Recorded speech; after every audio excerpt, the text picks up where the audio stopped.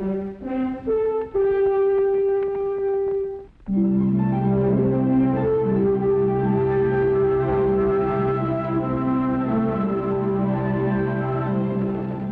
now and then, medical practice becomes directly responsible for the health of an entire community. And proud indeed is the doctor who brings about such a change. Something like that happened to the frontier doctor when he stopped off to visit an old friend of his college days. Rex Allen stars as the Frontier Doctor.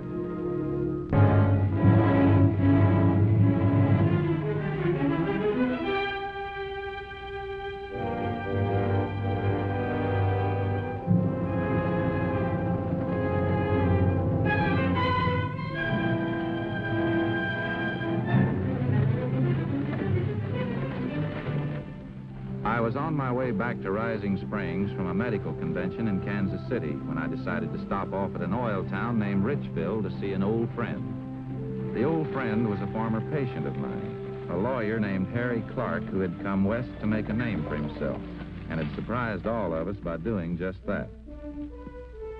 I found out where Harry Clark's office was and headed in that direction.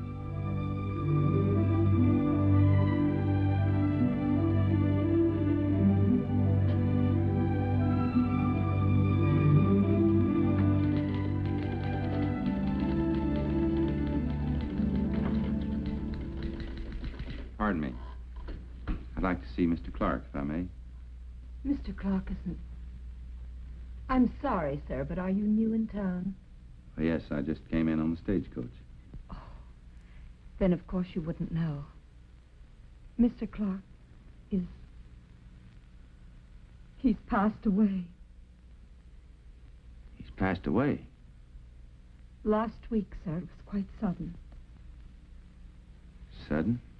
What was wrong with him? Some kind of infection. Peri something or other. Peritonitis? That could be, sir. I only know it was such a shame. And in the prime of life, with so much depending on him. So much depending on him? Yes, he was defending the poor homesteaders. They were being dispossessed and driven from their land by the oil companies. Young Mr. Hamilton, his junior partner, has taken over the case. Mr. Hamilton isn't in right now. He's in court. Could I tell him you called? No, don't bother him. He wouldn't know me anyway. I'd better be on my way. Bye. Good day, sir. The unexpected news of Harry Clark's death unnerved me. It's like that when someone your own age dies. It's almost as if you had died a little yourself. I turned into the nearest lunchroom to collect myself over a cup of coffee.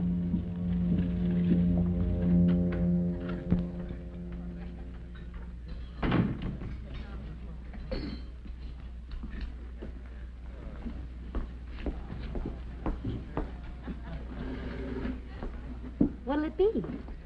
Cup of coffee, please. Why so glum, stranger?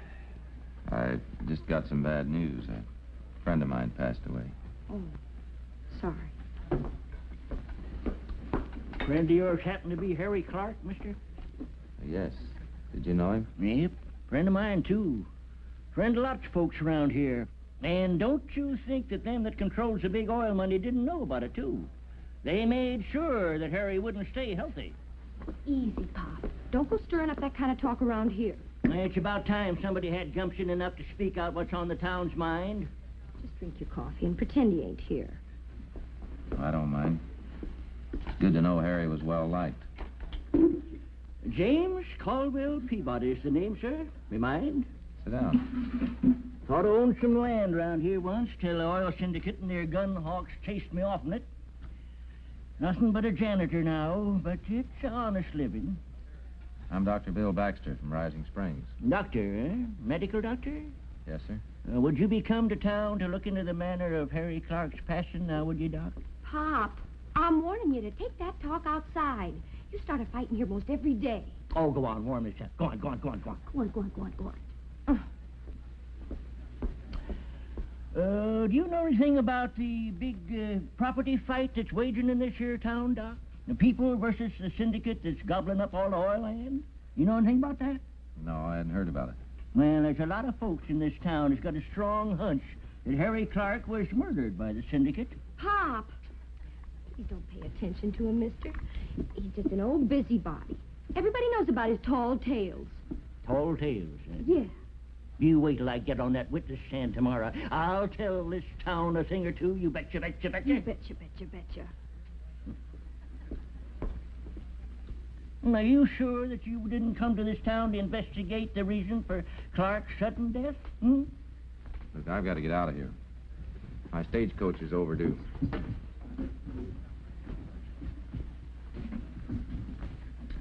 Hey, there's one of that darn oil crowd right now.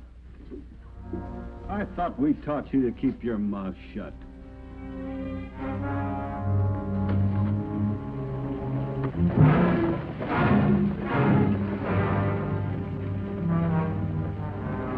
Hey!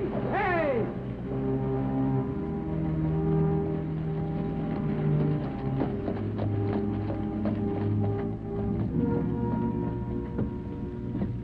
Well, looks like fate kind of took a hand there, son. As long as you're going to be around here a couple of days, I reckon we better pick up your gear and find you a hotel room. First Class Hotel right around the corner.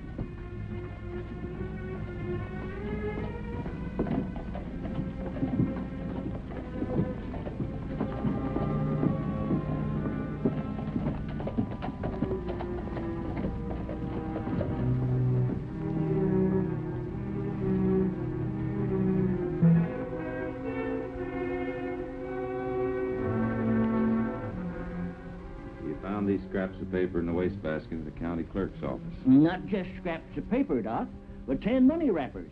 You know, them bands made out of paper that comes wrapped around money when it comes in bundles. And each one had $1,000 marked on it. I also found a manila envelope that had registered mail marked on it. So you took all these wrappings over to Mr. Clark. You figure they killed him for that? Why not? We got a new county clerk in this here county. Slocum's his name. Never did trust him. I can smell a bribe a mile away. Why, he could do away with the record book of our property deeds and we'd all be sunk. But your own coroner testified the cause of death. Acute peritonitis. I don't mean a thing. Coroner and the county clerk are the same man in this county. Why, Slocum had the power to have a man like Clark murdered, cover over a wrong deed. And as coroner, he could say that he died of almost anything now, couldn't he? Wouldn't be that easy, Pop. There'd be a doctor's report at the time of death. Well, there weren't no doctor present at the time of death, like I told you. Clark dropped dead right outside of his office. The coroner's jury just took Slocum's word for it. Slocum? Slocum, yeah, that's the county clerk coroner I was telling you about. He performed the autopsy. Why would he want to falsify a death certificate? For money. What else? What else would a feller falsify and steal and commit murder for? It's very serious accusing, Pop. I couldn't just take your word for it. We don't have to. Just ask anybody in this town. Why don't we forget it, huh? It's none of my business anyway. I reckon I'm mistooken in you, Dr. Baxter. From the way you talked, I thought you was a friend of Harry Clark's.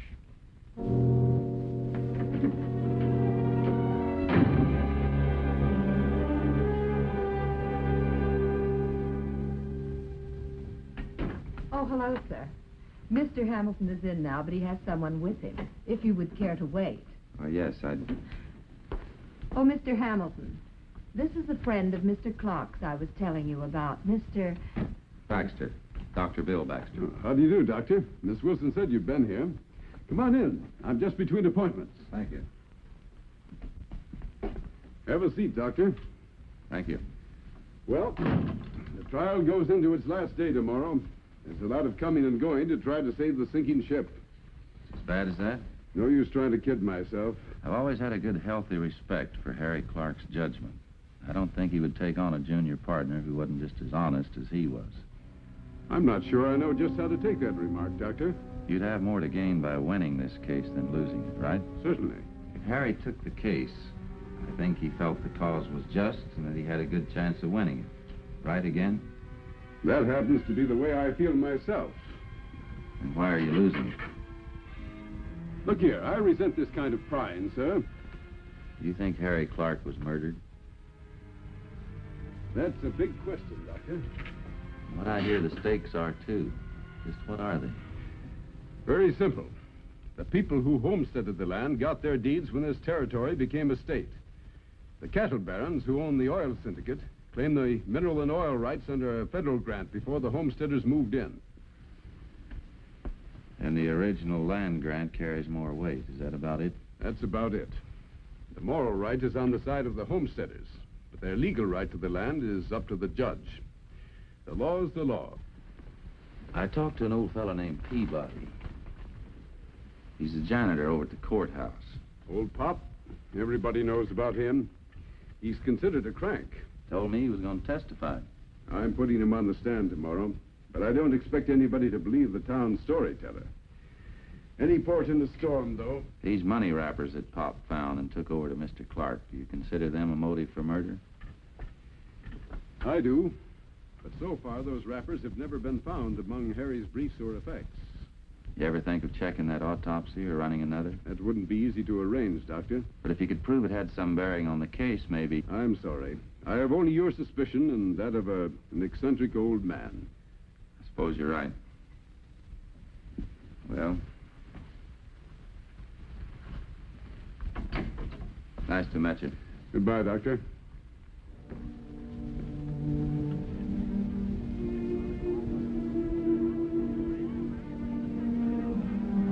Please, Pop. Come on now. Excuse me, please. Pop. Excuse me. Oh, Doctor, thank goodness. Pop had an attack.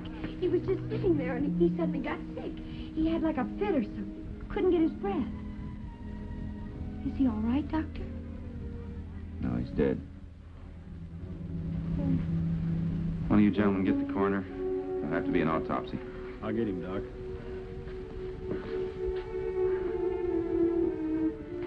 What happened?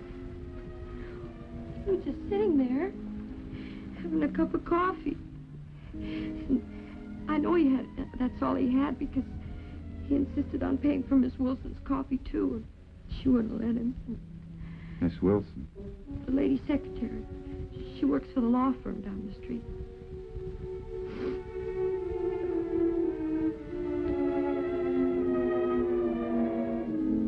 In view of Pop's connection with this case and the reference the waitress made to Miss Wilson, I made it a point to visit the coroner's office.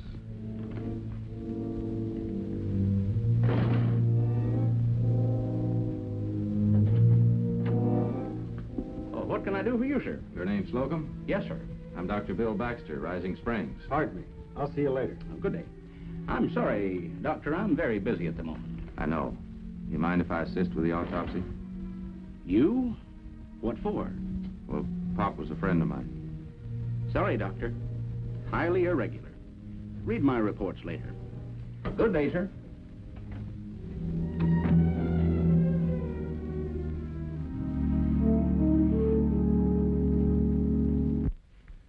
You're sure Pop died of strychnine poisoning? I didn't say I was sure.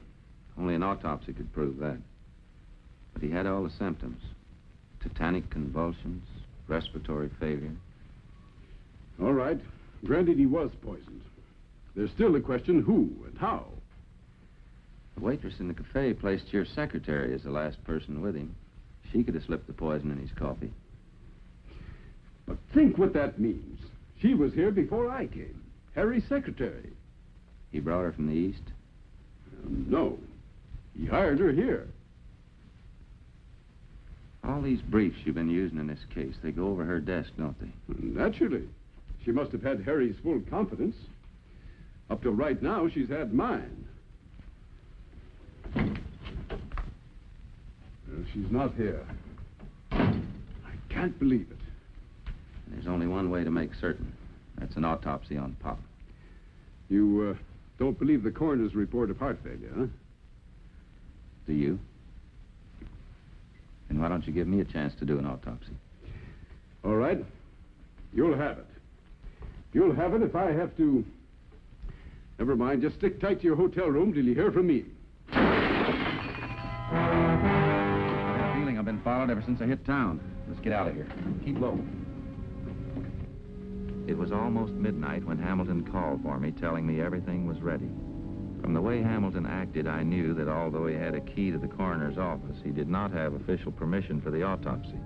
But since he didn't volunteer an explanation, I knew better than to ask.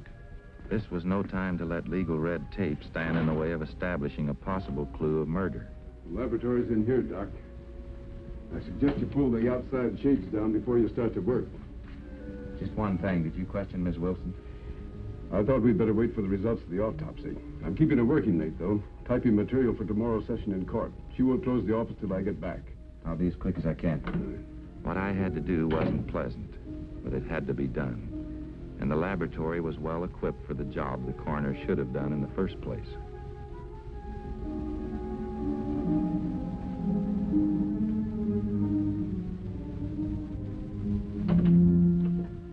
Well, Doc? Strychnine. No.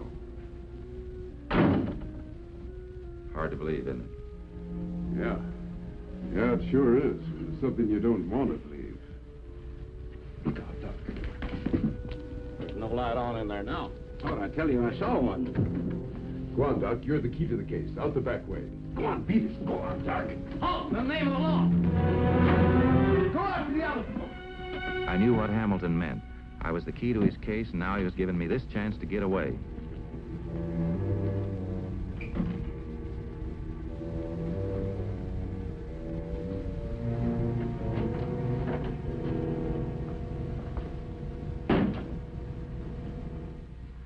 Oh! You frightened me. Did I, Miss Wilson? Yes. Why,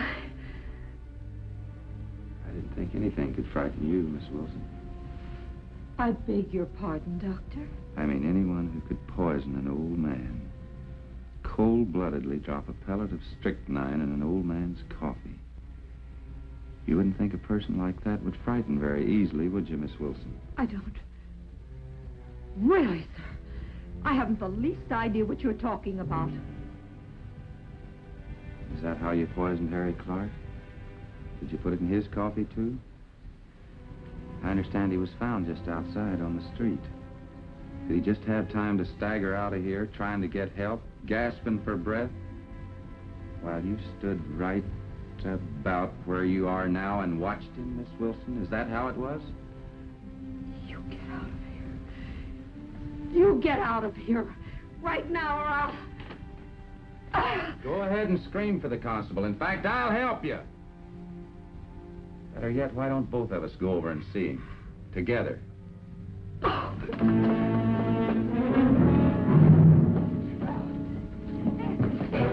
me go! That's him. Get him.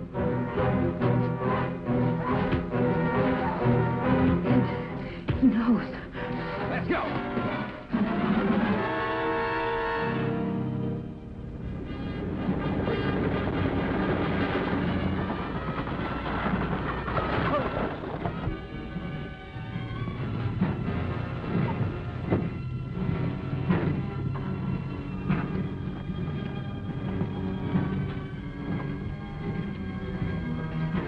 I had recognized one of the men as the coroner, Slocum.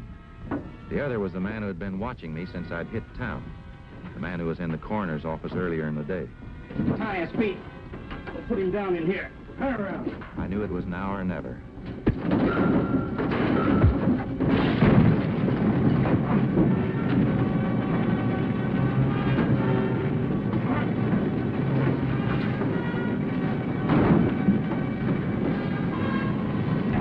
Let the fire take care of it. Let's go.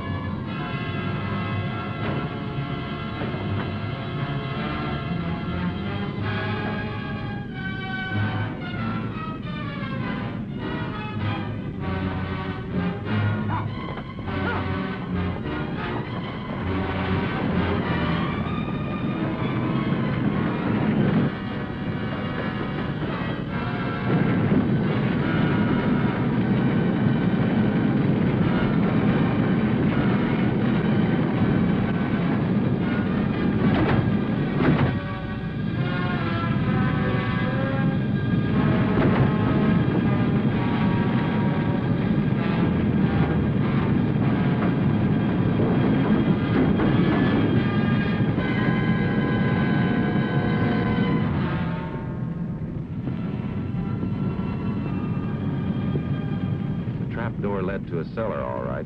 I thought I'd be safe from the fire underground. I was wrong. It was a storeroom for the explosives used in the oil fields.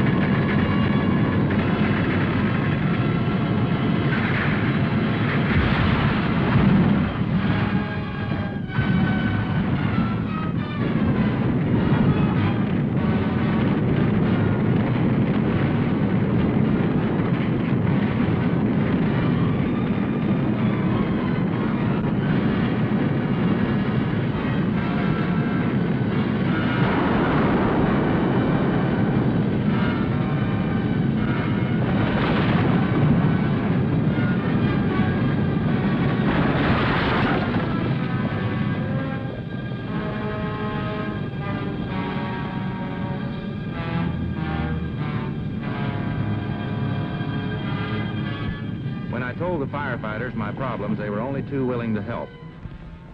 It was after daybreak before I got back to town.